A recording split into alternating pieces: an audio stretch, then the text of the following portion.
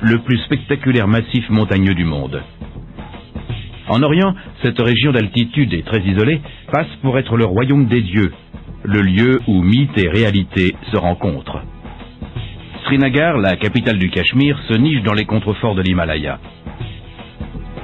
Dans un recoin délabré de la ville se trouve un antique tombeau, oublié pendant des milliers d'années, jusqu'à ce qu'une équipe de scientifiques fasse une remarquable découverte. Il pourrait s'agir du tombeau de Jésus.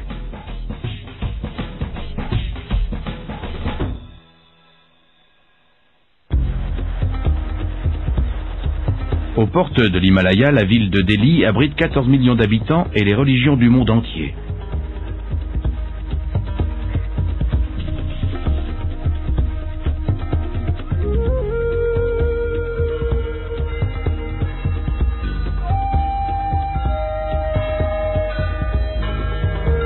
Les premiers chrétiens s'assemblèrent en 1857 à l'église Saint-James pour adorer Jésus.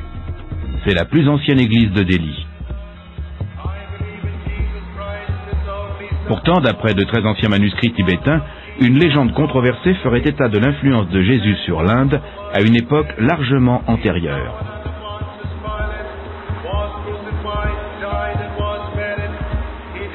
D'après cette légende, Jésus aurait survécu à la crucifixion et serait parti en Inde, où il aurait été vénéré comme grand prophète avant de mourir et d'être enterré dans un tombeau du Cachemire.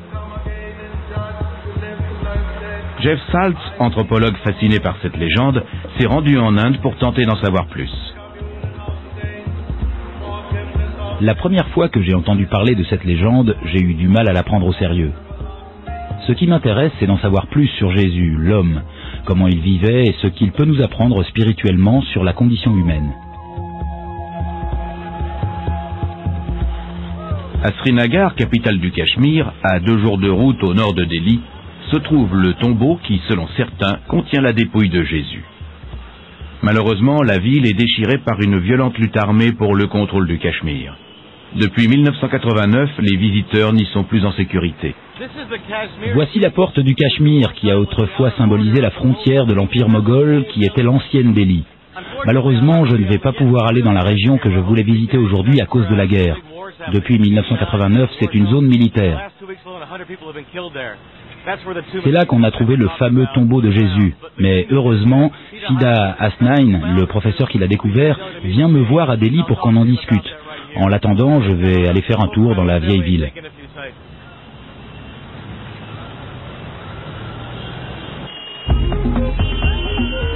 Cette partie de Delhi est très dépaysante. C'est intéressant. En un demi-pâté de maisons, on a croisé une mosquée, une église et évidemment beaucoup de temples. On a donc des traces de l'hindouisme, de l'islam et du christianisme.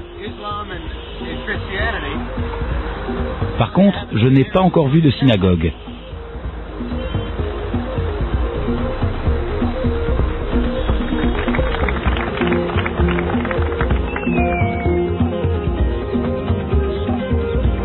Le professeur Fida Hasnain était le directeur des archives d'État du Cachemire avant de prendre sa retraite. Il a passé la plus grande partie de sa vie à étudier la légende de Jésus en Inde. Mais à cause des troubles à Srinagar, il a préféré me rencontrer ici à Delhi.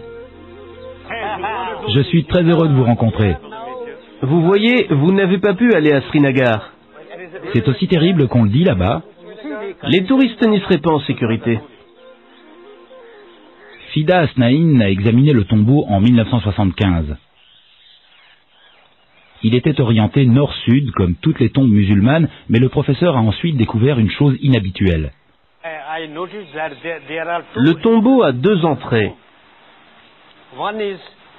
L'une se trouve au niveau du sol, et l'autre se fait par le premier étage du bâtiment, rajouté plus tard.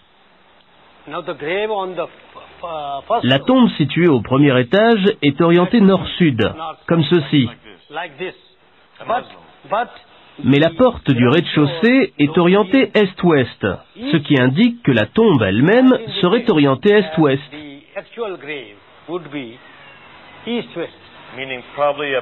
Ce qui voudrait dire qu'il s'agit d'un juif.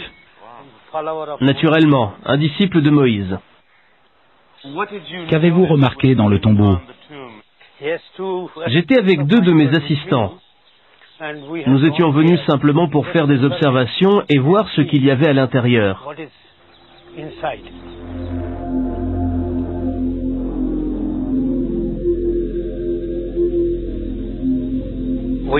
Nous sommes entrés et nous avons vu des chapelets dans les coins.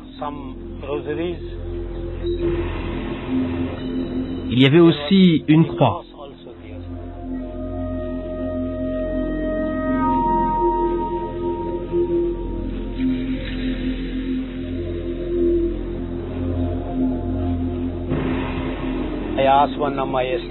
J'ai demandé à l'un de mes assistants d'enlever la poussière sur la tombe. Il faisait très sombre, mais il l'a fait et s'est soudain exclamé « Je sens une sorte de sculpture en pierre ».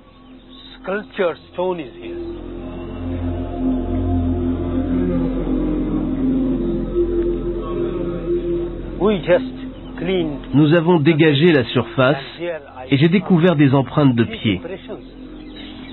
Elles semblaient toutes porter des marques de blessures.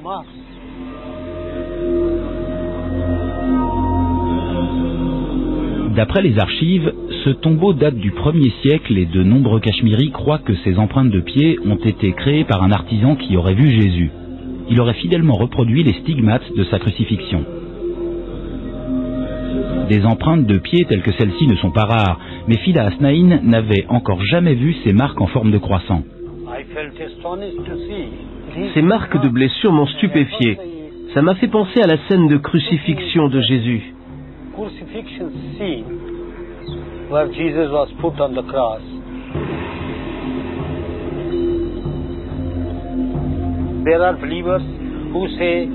D'après certains croyants, Jésus serait enterré ici. Cela voudrait dire qu'il n'a pas été tué sur la croix, mais qu'il est parti en mission dans d'autres contrées.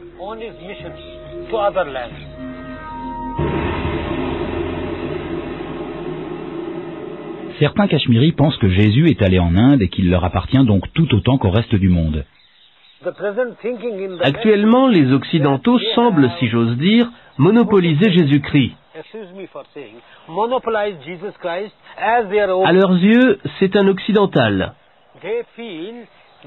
Mais les faits démontrent que Jésus est beaucoup plus lié à l'Orient.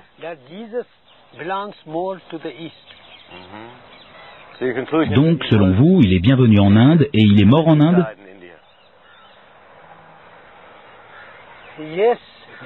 Les recherches effectuées par moi-même et par d'autres spécialistes nous mènent à cette conclusion.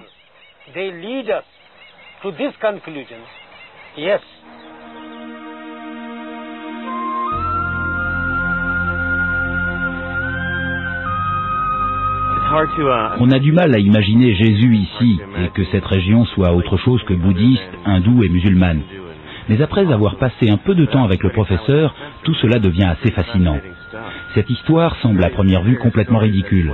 Pourquoi Jésus serait-il venu mourir en Inde?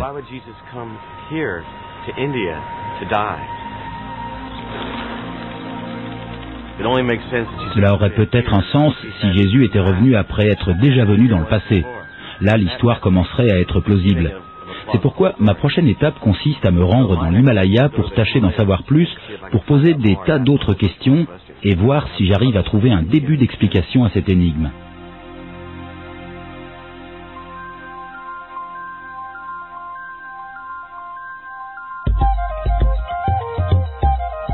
Pour certains, l'idée que Jésus soit mort en Inde n'est pas si invraisemblable, car une autre légende évoque les prétendues années perdues de Jésus entre l'âge de 12 et 30 ans et dont la Bible ne parle pas. D'après cette légende, le jeune Jésus aurait rejoint des caravanes de marchands qui, pendant des milliers d'années, ont relié l'Asie centrale au sous-continent indien. Il aurait traversé l'Inde jusqu'au Tibet, où il aurait étudié avec des moines bouddhistes. Jeff va suivre la route qu'aurait empruntée Jésus pour se rendre au cœur du Ladakh.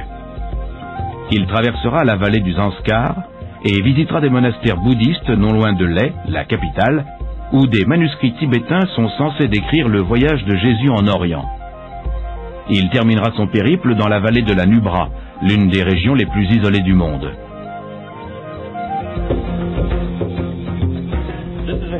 C'est une région extraordinaire. J'ai l'impression d'être au fond d'un grand canyon qui serait peuplé de Tibétains. C'est tout simplement incroyable. C'est sec, aride, avec de petites taches de végétation émeraude perçant ça et là. Je ne me doutais vraiment pas que ce serait si beau.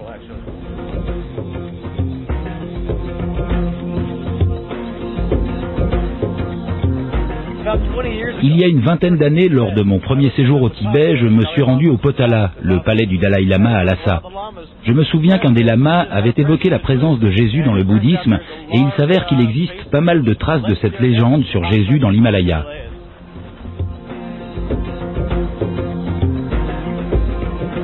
En tant qu'anthropologue, j'ai déjà mené un certain nombre d'investigations, mais si l'on découvrait des preuves solides de la présence de Jésus dans cette région du monde, cela changerait certainement notre façon d'envisager l'histoire des religions à travers le globe.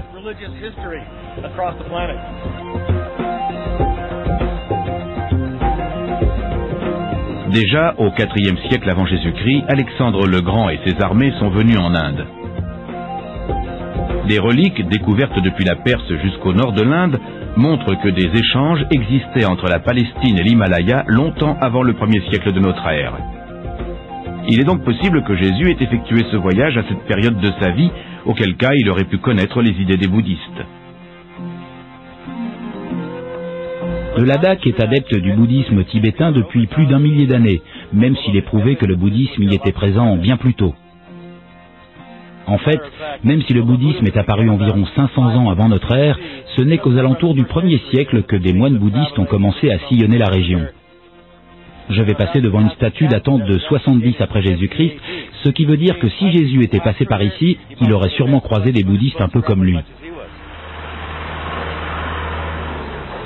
Si j'arrivais à trouver des similitudes entre bouddhisme et christianisme, cela suggérerait que Jésus serait venu ici et qu'il aurait suivi les enseignements du bouddhisme.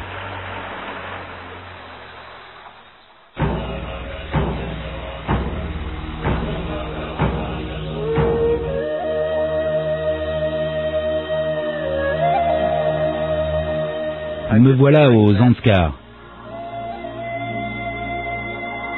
Cet endroit me rappelle la vieille légende tibétaine de Shambhala qui est venue jusqu'à nous sous le nom de Shangri-La, la terre mythique, magique et cachée de ceux qui ont atteint l'illumination. Ce n'est peut-être pas ici, mais après avoir traversé des glaciers pendant des jours et des jours, j'ai l'impression d'arriver dans un endroit extraordinaire.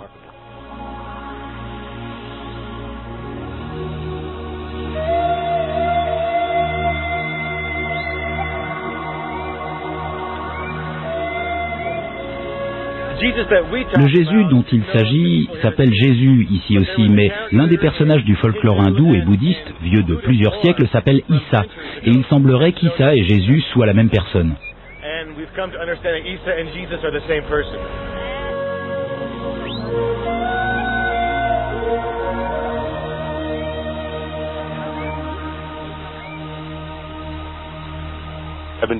J'ai fait énormément de recherches depuis le début de ce projet, et certaines s'avèrent assez décevantes.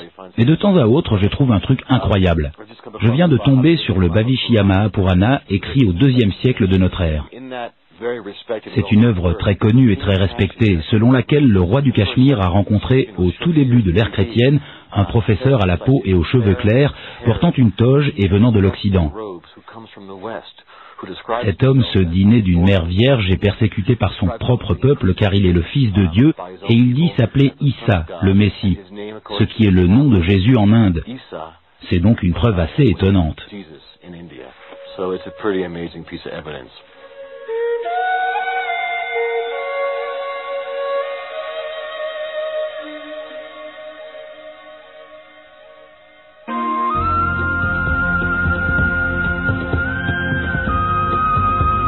Dans ces hautes montagnes, rien n'a changé depuis 1 millier d'années. Cette région est parsemée de gompas, des monastères bouddhistes. Je me rends à une puja, un office de prière, au gompa de Karcha.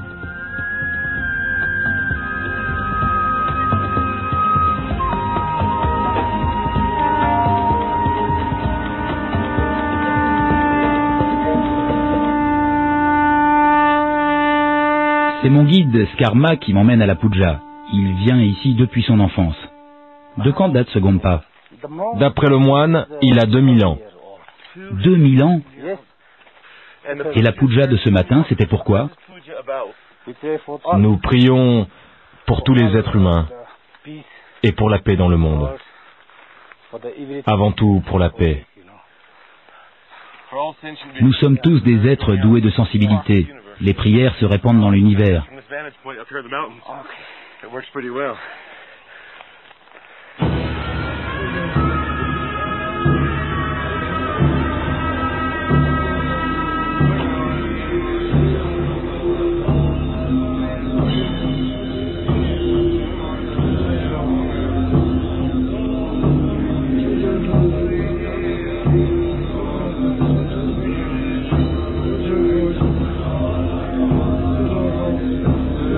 Je remarque des similitudes entre la puja et la messe catholique.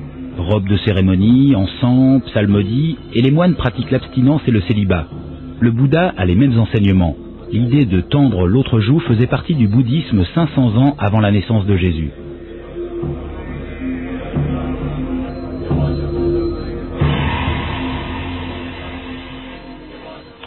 La puja est vraiment magique. On sent une spiritualité très forte ici. C'est une expérience presque transcendante.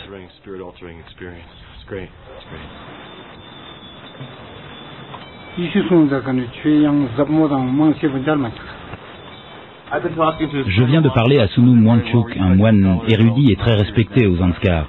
Il ne sait pas grand-chose sur la légende de Jésus aux Zanskar, mais il m'a fait remarquer quelques similitudes très intéressantes entre les enseignements du Christ et ceux de Bouddha. Compassion, bonté, bienveillance, non-violence, miséricorde sont des notions que les deux ont en commun.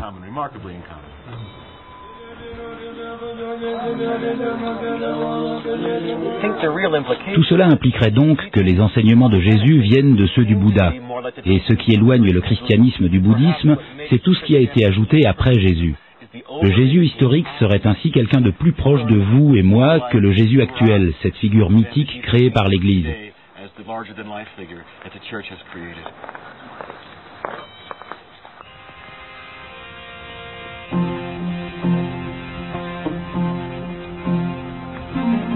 Je me trouve sur une ramification isolée de la route de la soie qui mène au village de Pichou. J'espère y entendre des histoires sur Jésus qui auraient été transmises de génération en génération. Des amis de mon guide Karma acceptent de nous loger pour la nuit.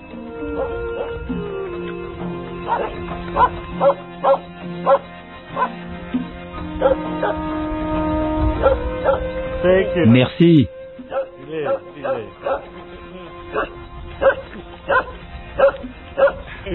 Vous êtes très belle. Je n'ai pas la moindre idée de ce que c'était, mais Karma m'a fait signe de ne pas en boire, alors j'ai fait semblant. Il y avait du beurre sur le rebord du verre, c'est l'accueil traditionnel de Pichou.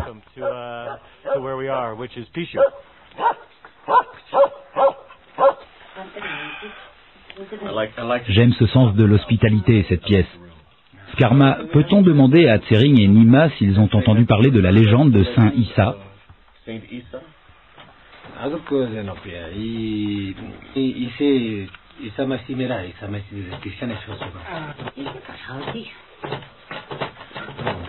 Ils n'en savent rien. Ils n'en ont jamais entendu parler? Non, jamais.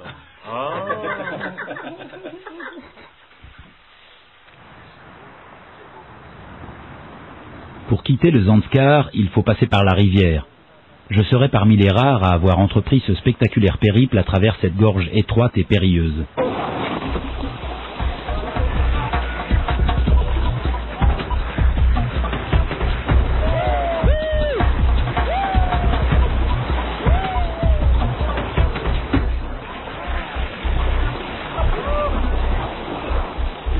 Jusqu'à présent, je n'ai aucune preuve. J'ai consulté 2 douzaines de gens, des moines, des passants sur le bord de la route, mais personne n'a entendu parler de Jésus. Mais je reste optimiste parce qu'au fil des siècles, des tas de voyageurs ont rapporté qu'ils avaient entendu des Ladakis parler de la présence de Jésus ici.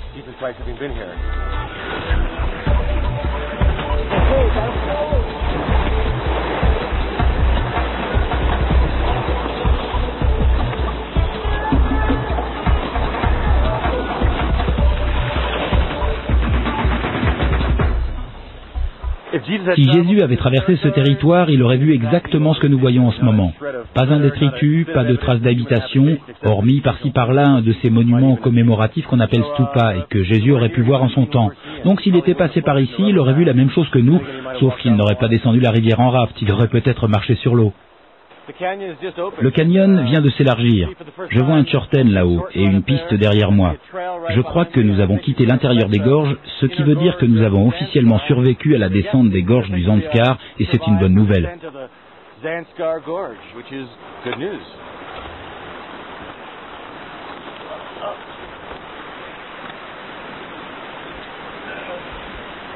Dire que je vais monter là-dessus. Salut Skarma. Tout est prêt? Allons-y. Super. Parfait. Allez Jeff, salut. À la prochaine. Tu m'écriras. Promis.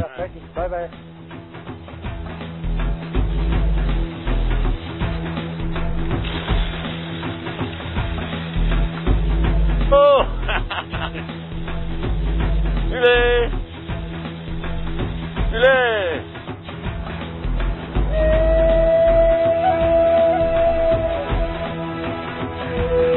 Apparemment, les récits sur Jésus dans l'Himalaya sont moins populaires que je l'espérais. Je commence à me demander si quelqu'un a déjà entendu parler de cette légende.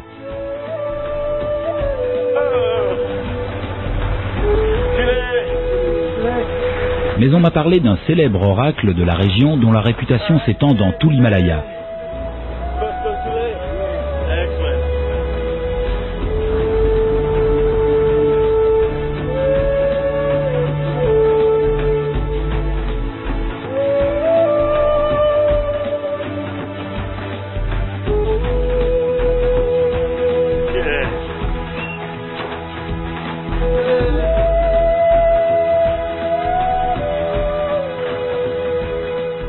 Je me suis fait déposer à Sabu sur la route de Leh.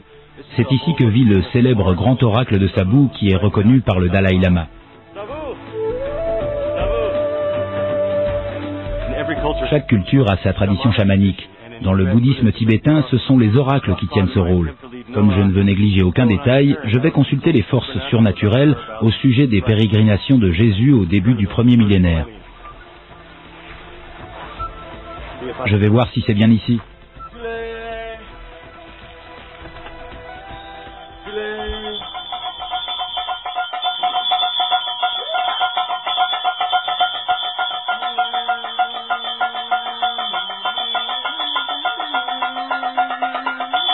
Lorsque l'oracle est en transe, elle est possédée par un esprit bouddhiste qui s'exprime à travers elle. Lorsqu'elle n'est pas en transe, c'est une grand-mère comme les autres.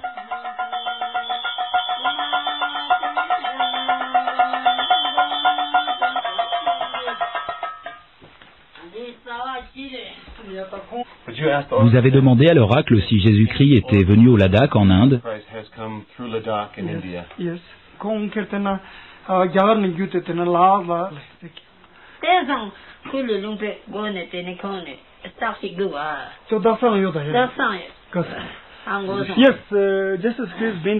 Jésus est passé par le Ladakh et il a apporté du thé qui se trouve désormais ici. Et il a laissé des signes, c'est vrai. Donc Jésus est bienvenu au Ladakh. Remerciez-la, on ne va pas la déranger plus longtemps.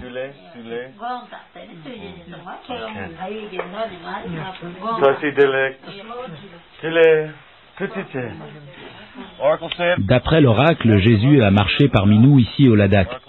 Elle a dit très clairement que Jésus était passé par ici. Il y aurait des preuves quelque part dans les montagnes. C'est plutôt une bonne nouvelle. Est-ce que je crois ce que dit l'oracle? Des gens viennent du monde entier pour être soignés ou pour trouver des réponses.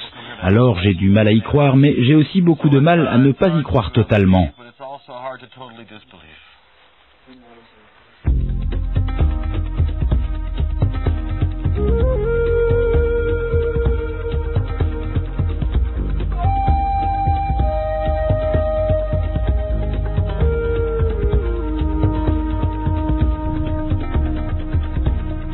Leh sert de base aux voyageurs et aux explorateurs depuis le début du XXe siècle.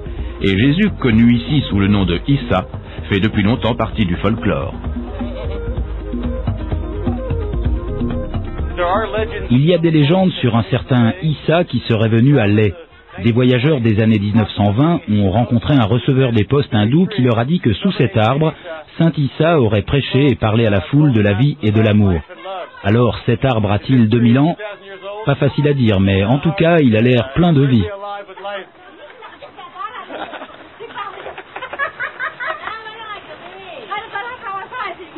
C'est à la fin du XIXe siècle qu'un autre voyageur a pour la première fois entendu parler de Jésus dans l'Himalaya. À 1 heure de route de Leh, dans les montagnes, se trouve le Gompa de Hemis, le monastère bouddhiste le plus révéré du Ladakh. C'est ici qu'en 1887, on a fait une découverte qui aurait pu changer le cours de l'histoire du christianisme.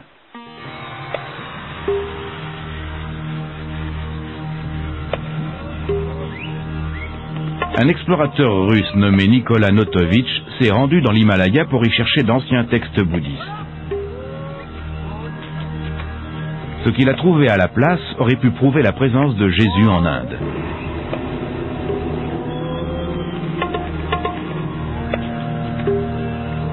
Notovitch voyageait depuis des mois lorsqu'il entendit des rumeurs sur d'antiques manuscrits censés résoudre l'énigme des années perdues de Jésus. L'explorateur se donna pour mission de trouver ces manuscrits. C'est un accident qui le mena à sa grande découverte. Désarçonné par son cheval, il se brisa la jambe et ses porteurs l'emmenèrent dans un monastère très isolé, celui de Hemis.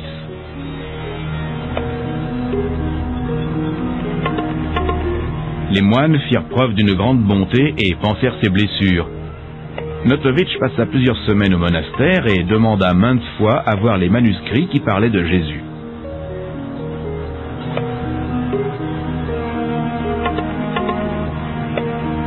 Il se rendit compte que c'était pour lui l'occasion de réécrire les livres d'histoire.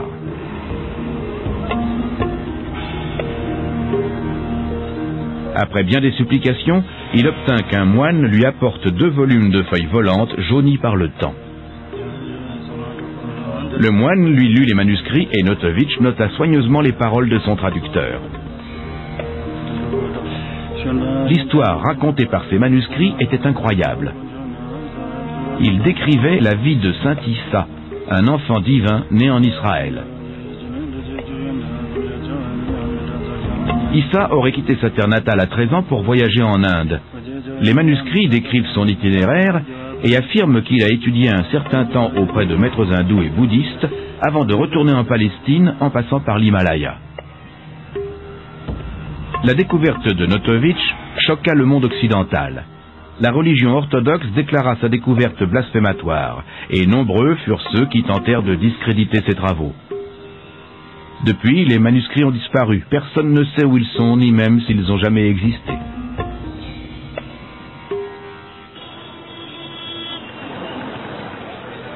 Pendant que Notovitch publiait le résultat de ses recherches, les premiers missionnaires chrétiens arrivaient à Leh, où ils firent une étrange découverte. À l'arrivée des premiers missionnaires au Ladakh, ils virent des gens se promener dans les rues avec des chapelets et se dire « Le christianisme est arrivé ici avant nous ». Mais en fait, il ne s'agissait pas de chapelets, mais de malas tibétains qui servaient à la prière bouddhiste. Ce sont tous des malas ? Par une curieuse coïncidence, les malas, comme les chapelets, sont composés de 108 perles. Et celui-là, je préfère celui-là. Ce qui m'intéresse, c'est le fait que seuls les chapelets chrétiens et bouddhistes ont cette similitude frappante.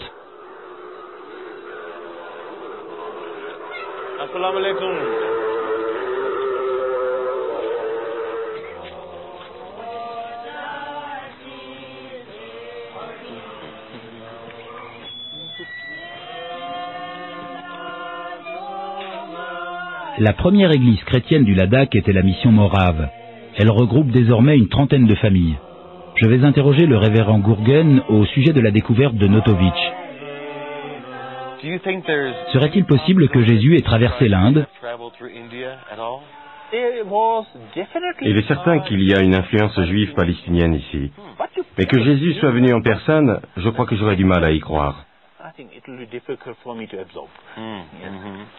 Et ces fameux manuscrits qui auraient été découverts par un homme qui a séjourné ici. La mission a été établie en 1885 et c'est en 1887 que le fameux Notovitch est venu et aurait trouvé les manuscrits. Nos archives ne parlent pas de ça. Nous avons des rapports de missionnaires moraves depuis le milieu du 19e siècle et aucun de ces journaux de bord ne fait allusion à une telle chose dans le monastère de Hemis. Les érudits que j'ai étudiés parlent des fameuses années perdues de Jésus. À l'âge de 12 ans, on le voit pour la dernière fois à Jérusalem où il dit « Je me suis occupé des affaires de mon père ». Puis on n'entend plus parler de lui jusqu'à Saint-Luc où on le retrouve à l'âge de 30 ans. Il y a donc un trou dans sa biographie. Il est dommage que tant de gens prennent la Bible pour un livre d'histoire. Ça n'a jamais été un livre d'histoire. Elle retrace un certain nombre d'événements historiques, mais ce n'est pas un livre d'histoire. On y trouve des choses sur la cuisine, mais ce n'est pas un livre de cuisine. C'est extrêmement important. La Bible est l'histoire du salut. Ça nous parle de la rédemption des hommes. Ce n'est pas un journal intime. L'Église chrétienne officielle nie l'existence des manuscrits de Notovitch, même si, d'après certains, ce sont les autorités religieuses elles-mêmes qui les auraient volés et cachés au Vatican. D'autres affirment qu'ils sont toujours à Hemis, enfouis tout au fond de caveaux secrets. Je vais donc suivre les traces de Notovitch jusqu'au légendaire Gompa de Hemis.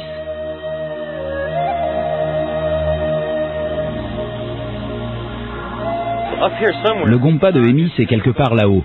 Je me trouve à l'épicentre de cette controverse, là où Notovitch a découvert les manuscrits. C'est mystérieux, c'est magique, c'est un moment vraiment très fort et j'ai hâte de voir ce que je vais y trouver.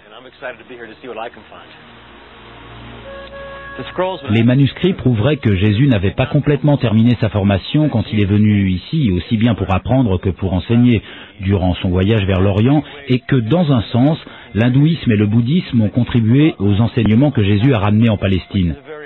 Cette convergence des foi et des idées est passionnante.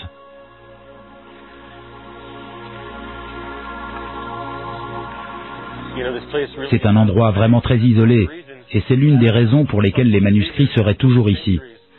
Par le passé, d'autres monastères ont subi des inondations ou des pillages de toutes sortes, mais ce monastère, de par sa situation excentrée, est devenu un dépôt pour des tas de choses. Donc, si les manuscrits sont quelque part dans la région, c'est sûrement ici. Regardez-moi ce superbe plafond. Un très beau mandala. C'est le symbole de l'univers, formidable. De toute évidence, ça a souffert de l'humidité, mais on distingue encore les Bouddhas primitifs et le mandala que j'ai du mal à déchiffrer. Des gens se sont donné beaucoup de mal pour les faire. Ce doit être l'entrée du monastère.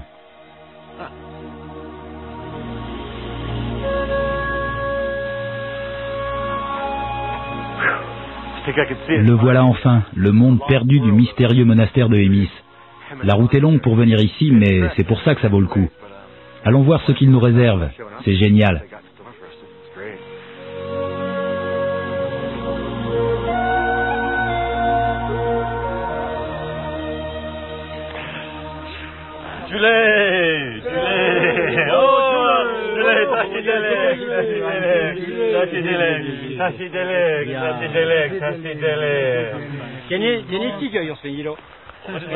Qu'est-ce qu'il dit? Quel est le but de votre visite? Expliquez-lui que je cherche des informations sur la légende de Saint Issa. Est-ce qu'il sait quoi que ce soit à ce sujet?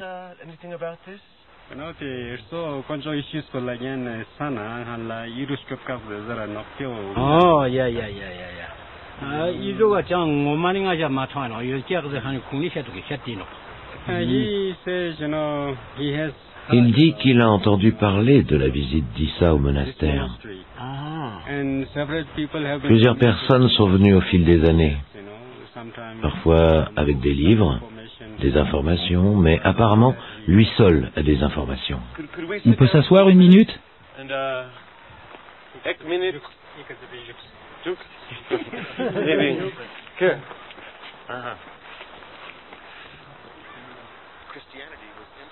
Le vieux moine a entendu parler des manuscrits, mais il ne peut pas me dire s'ils sont encore à Hemis. Si c'était le cas, ils se trouveraient dans un Zodnaf, une réserve obscure. Demandez-lui s'il est possible de voir cette réserve.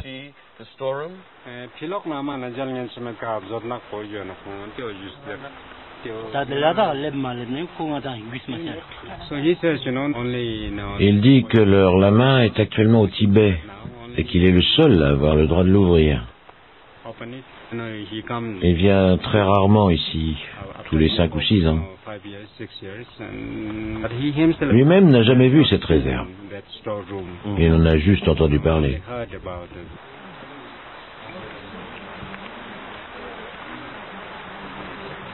Sans le supérieur des moines, qui ne revient que tous les 5 ou 6 ans, je ne peux pas pénétrer dans la réserve secrète. J'ai fait le tour du monastère, mais les seuls manuscrits que j'ai trouvés sont des textes bouddhiques traditionnels. Je suis déçu d'être à Emis et de repartir les mains vides. Je n'y croyais pas trop, mais on ne sait jamais. C'est quand même extraordinaire de se trouver à l'endroit où les manuscrits ont été découverts, après avoir lu des livres, entendu parler de Emis et vu de vieilles photos. Je suis encore plus motivé qu'avant et je ne regrette pas d'être venu ici. J'ai encore du pain sur la planche car il reste dans la région des monastères où personne n'est encore allé poser ces questions. C'est ma prochaine étape. Comment allez-vous? Très bien, et vous? Très bien. Ravi de vous rencontrer. D'où venez-vous? De Los Angeles. Non. Et vous? Je suis californien. Génial. Ravi de vous connaître. Que faites-vous ici? Je suis venu à Leh pour méditer. Je suis allé à Ladakh et j'ai appris que Jésus était venu ici.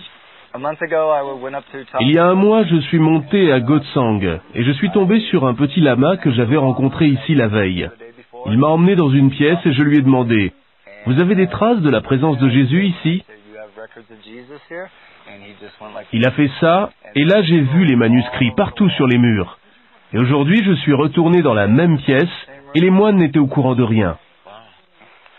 Il vous en a traduit une partie? Non, parce qu'il parlait très mal anglais. On n'arrivait pas très bien à communiquer.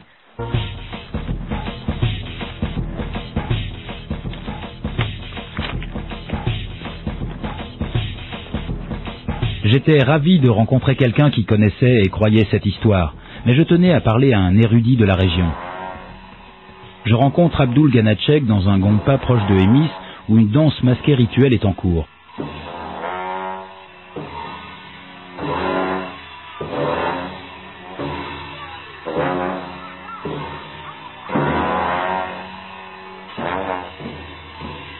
D'après Abdul, 20 ans après Notovitch, un érudit hindou a traduit les mêmes manuscrits et dans les années 1930, un voyageur américain les aurait revus.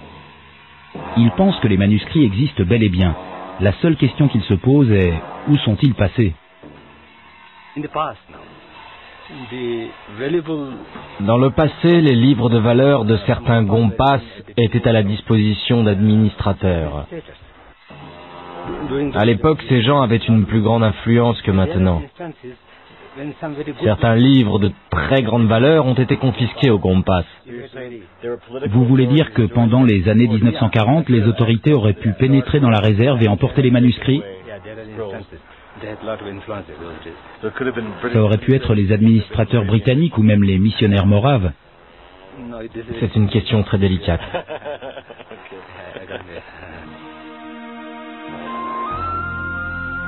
On nous a parlé de la vallée de la Nubra, de l'autre côté de cette montagne, qu'on atteint après un col à 5600 mètres d'altitude. Elle est ouverte aux étrangers depuis quelques années seulement. Il y a de grands monastères là-bas. Croyez-vous que ça vaille la peine d'aller voir s'ils ont entendu parler de cette histoire ou de manuscrits cachés dans une réserve? Oui, vous devriez essayer, c'est possible. On trouvera peut-être un jour ces manuscrits sur Jésus. Ça vaut le coup? Tout à fait.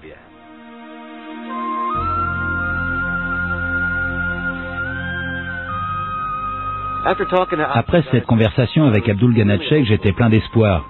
D'après lui, il est probable que les manuscrits existent. Il n'y a aucune raison pour que ce soit des faux. Ils ont été vus plusieurs fois par des personnes différentes et tant de gens en ont entendu parler qu'ils existent sûrement. À mon avis, il est plus probable que quelqu'un ait eu tout intérêt à les faire disparaître et ils se sont envolés. Sans eux, il n'y a plus de preuves que cette histoire soit vraie. Si on les retrouvait, le cours de l'histoire religieuse en serait changé.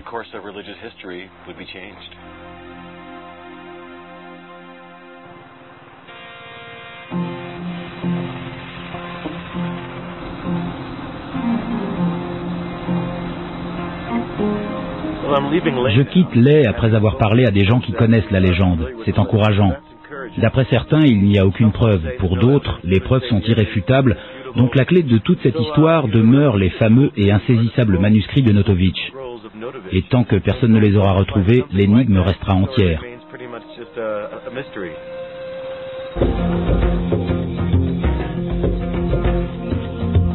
Les manuscrits de Notovitch restent la seule preuve possible du séjour de Jésus en Inde. Ils pourraient avoir autant de valeur que le Suaire de Turin ou les manuscrits de la Mer Morte.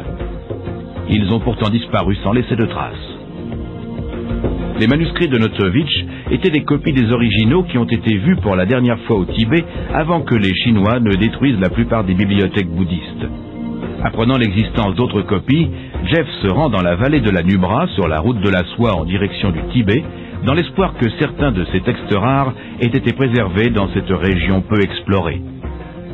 Jeff se rendra dans un monastère isolé à Disquette, mais il devra avant passer le col carrossable le plus élevé du monde.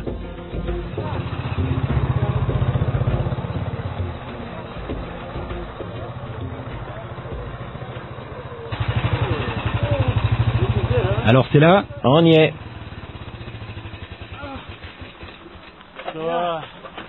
C'est le fameux col? Et c'est la route et le temple les plus élevés du monde. 5602 mètres et il neige. Et il fait très froid. Regardez-moi ça, tous les dieux et les gourous imaginables. Et le Dalai Lama. Hé, regardez qui voilà, on l'a trouvé notre Jésus dans l'Himalaya. C'est vrai. Regardez, il y a même Marie. C'est formidable. Toutes les croyances sont représentées ici à 5602 mètres d'altitude. Il y a toutes sortes de sectes de yogis. La plus intéressante pour nous est celle des Nath Yogis, qui font remonter leurs origines à Issa Nath ou Jésus Nath. Selon eux, c'est un professeur venu de l'Occident qui les a poussés à briser le système des castes et prônait l'égalité, avant de repartir à l'Ouest où il a été crucifié. Il parle encore de cette histoire, donc ça fait aussi partie de la légende.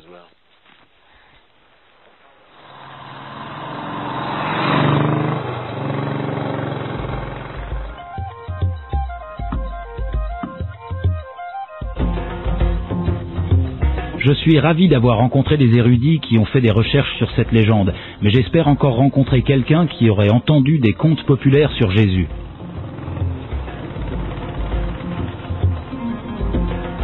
Nous arrivons au bout de la route, non loin de la frontière du Pakistan, où des combats sporadiques empêchent les touristes d'aller plus loin.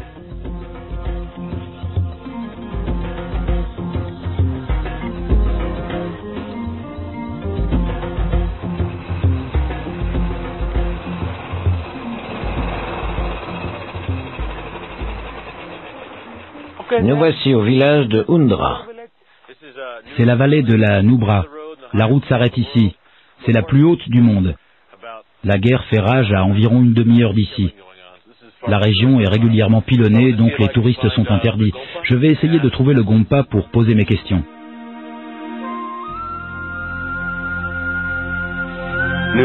Les caravanes passaient autrefois par la vallée de la Nubra pour se rendre au Tibet.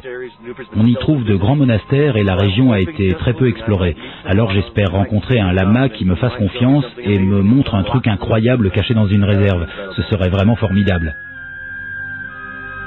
Sur le chemin qui mène au Gompa de Disquette, je discute avec l'homme qui mène mon chameau, l'Osahour.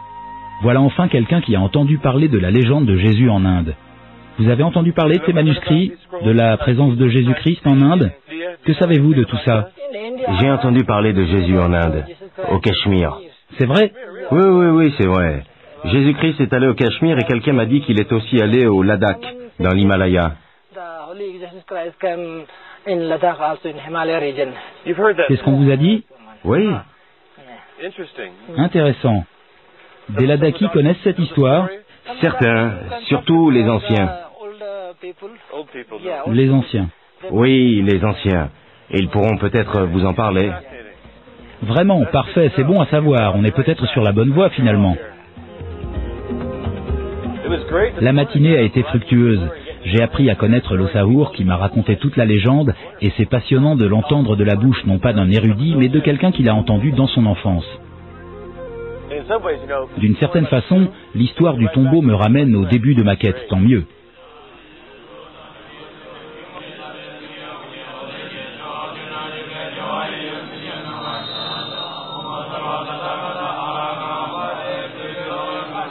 En assistant à la puja de Disquette, je repense à tout ce que j'ai appris pendant mon voyage. Le tombeau au Cachemire où, selon le professeur Hasnain, Jésus est enterré. Les manuscrits de Notovitch qui décrivent le voyage de Jésus vers l'Orient. Les références à Jésus dans des textes hindous du 1er siècle.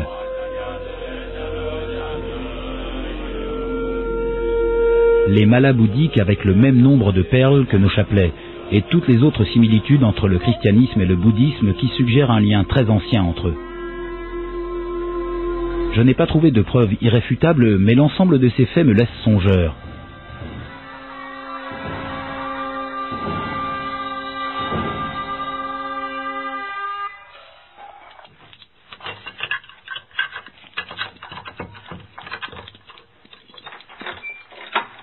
Comme je suis à la recherche de manuscrits, j'ai pu convaincre les moines de me laisser entrer dans leur bibliothèque.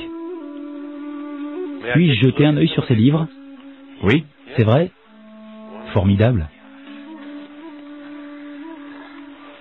J'espère encore tomber sur un document mentionnant Jésus.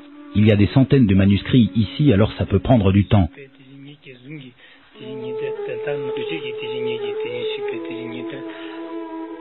Est-il possible de voir un autre livre? Oui. C'est possible? Parfait.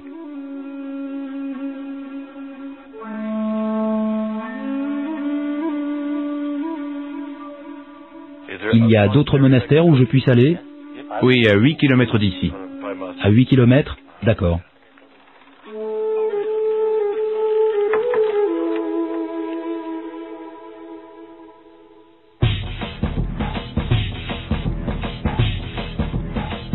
Si l'on trouve un jour une preuve que Jésus est passé par ici, cela changerait notre façon de voir la religion et ça pourrait être un sacré défi. Des tas de gens n'aimeront pas ce que j'ai à dire sur mes recherches car certains tiennent à fragmenter et à diviser les peuples par religion. Mais pour moi, l'importance de cette histoire tient au fait qu'elle fasse exactement le contraire. Nous ne pouvons plus nous diviser selon nos croyances. Cette légende permet d'envisager la rencontre de différentes religions grâce à ce que nous partageons, ce que nous avons en commun en tant qu'êtres humains. Ce voyage fait penser à la quête de Shangri-La, une quête mythique. Venir ici, c'est s'émerveiller, partir à l'aventure, poser des questions et rentrer chez soi plein d'enthousiasme. Et j'imagine qu'il y a 2000 ans, ce n'était guère différent. J'imagine très bien un jeune garçon de Palestine de 12 ou 13 ans se joignant à une caravane, partant à l'aventure, qui découvre des merveilles et revient 18 ans plus tard complètement transformé. Je ne saurai peut-être jamais si Jésus est vraiment venu ici, mais je n'oublierai jamais le fait que moi, j'y suis venu.